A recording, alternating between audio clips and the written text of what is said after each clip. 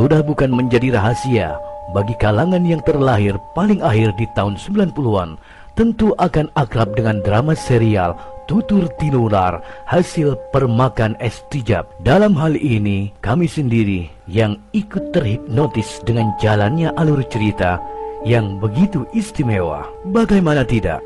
Melalui seri kolosal tersebut tersaji sebuah cerita awal perjalanan kerajaan Majapahit sebagai salah satu kerajaan yang menjadi inspirasi para tokoh bangsa dalam membangun sebuah identitas NKRI sejak kemerdekaan digaungkan di tahun 45. Kisah heroik kepahlawanan Raden Wijaya oleh Estijab dibingkai manis dengan tambahan tokoh-tokoh fiktif romantika asmara Arya Kamandanu dan lain sebagainya. Seorang senopati perang Majapahit, pemilik pedang sakti Naga Puspa yang beberapa kali menemui kegagalan dalam menjalankan asmara dengan seorang wanita yang ia cintai, yaitu Narirati dan Mesin.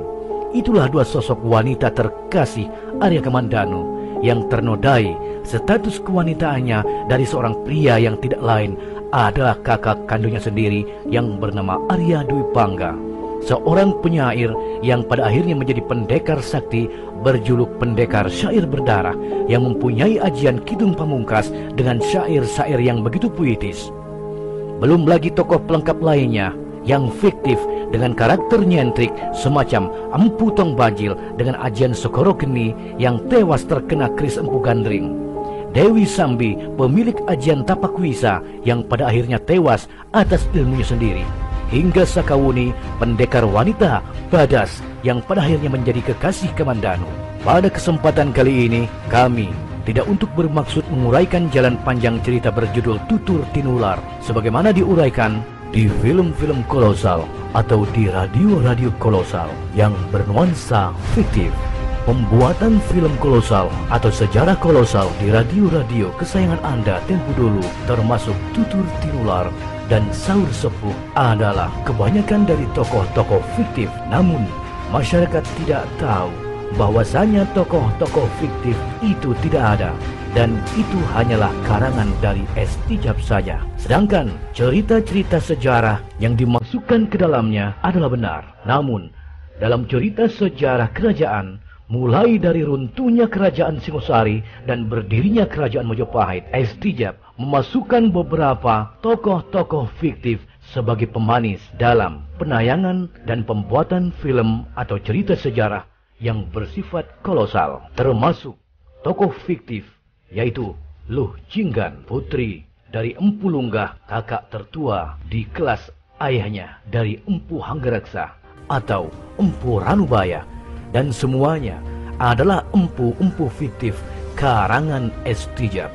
Tokoh-tokoh fiktif tersebut tiada lain adalah tokoh hoak atau fenomena hoak, di mana bak santapan harian, apalagi isu-isu murahan yang tidak jelas sumber beritanya yang terpampang dalam peradaban warganet tentulah sudah membudaya kian hari.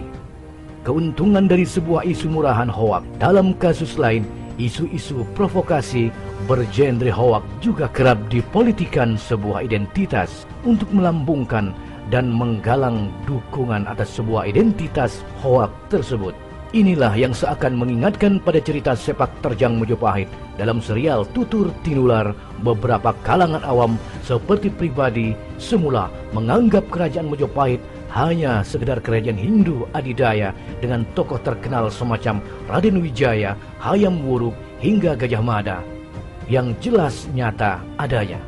Namun ternyata dalam perjalanan membangun tatanan pemerintahan Majapahit sebagaimana yang dipermak oleh Estijab dalam ceritanya yang bermetamorfosis menjadi tontonan film serial berorasi tentang kerajaan Majapahit. Kisah Tutur Tinular ini diselingi berbagai peristiwa sejarah, diantaranya kedatangan utusan Kaisar Kubilai Khan, penguasa dinasti Yuan di negeri Tiongkok sebagai raja di kerajaan Singosari, menyatakan tunduk dan mengakui kekuasaan bangsa Mongolia.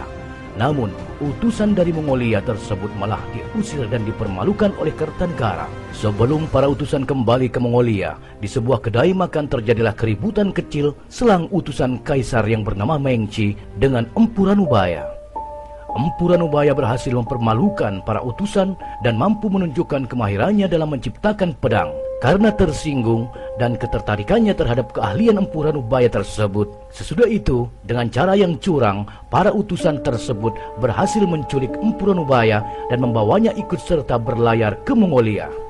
Sesampainya di negeri Mongolia, di dalam istana Kubilai Khan, Empu Ranubaya menciptakan sebuah pedang pusaka yang bernama Naga Puspa sebagai syarat kebebasan atas dirinya yang telah dibuat sebagai tawanan.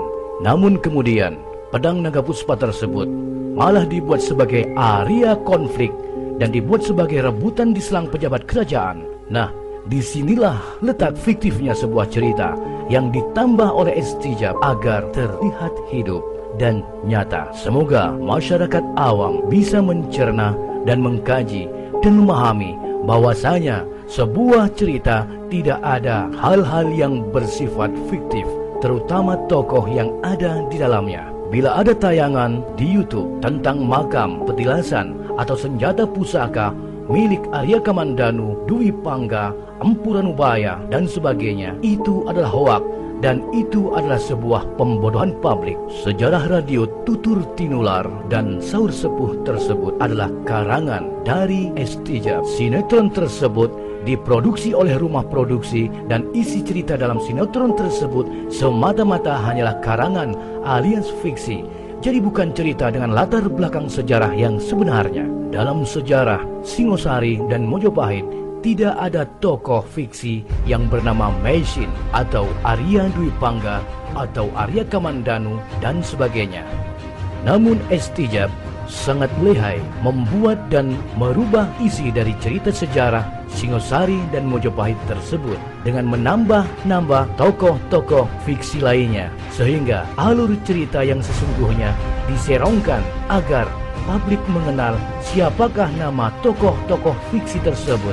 Misalkan ada sebuah sejarah yang terjadi di saat keruntuhan Singosari dan Mojopahit. Ketika itu, kerajaan Singosari telah runtuh akibat pemberontakan Prabu Jayakatwang. Arya Kamandanu adalah tokoh fiksi, tokoh utama dalam kisah sandiwara radio Tutur Tinular karya Estijab. Sebuah sandiwara radio fenomenal yang berlatar belakang sejarah runtuhnya kerajaan Singosari hingga berdirinya kerajaan Mojopahit karya Estijab.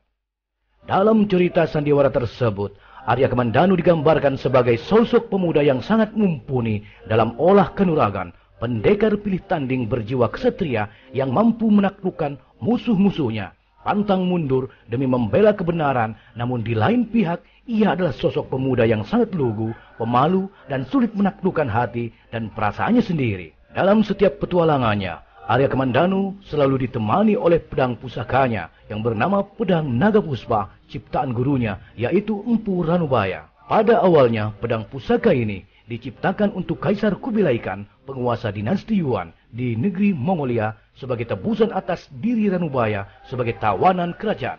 Inilah sebuah alur cerita yang dibuat dan dikarang oleh Estijab dan tidak sesuai sama sekali dengan alur sejarah runtuhnya kerajaan Singosari dan berdirinya kerajaan Mojopahit. Adapun tokoh-tokoh fiksi dalam Tutur Tinular karangan Estijab yaitu Arya Kamandanu, Wirat, Empu Ranubaya, Arya Dwi Pangga, Empu Hanggareksa, Nari Rati, Sakawuni, Putri Gayatri, Empu Tong Bajil, Mengsi, Paman Bokor, Lau Sisan, Dewi Sambi, Empu Lunggah, Ki Ramparwang, Nini Ragarunting, Ayu Pupuh atau Dewi Tunjung Biru, Diah Wiyat, Palastri, Luh Jinggan, Sitangsu, Praharsini, Ayu Wandira, Sunggi, Ki Pamungsu, Jambunada, Panji Ketawang, Bulung Hura, Sado, Dangdi, Martaraga, Lanang Danapala, Rakian Wuru, Kurantil, Nyai Pamiji,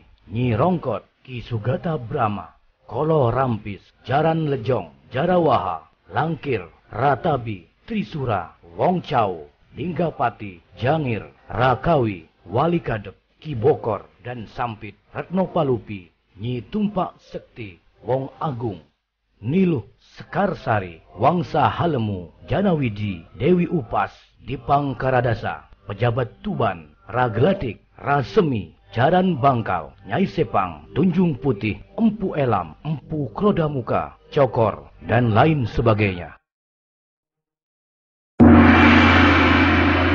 Salam Rahayu dari kami, Sejarah Nusantara Official.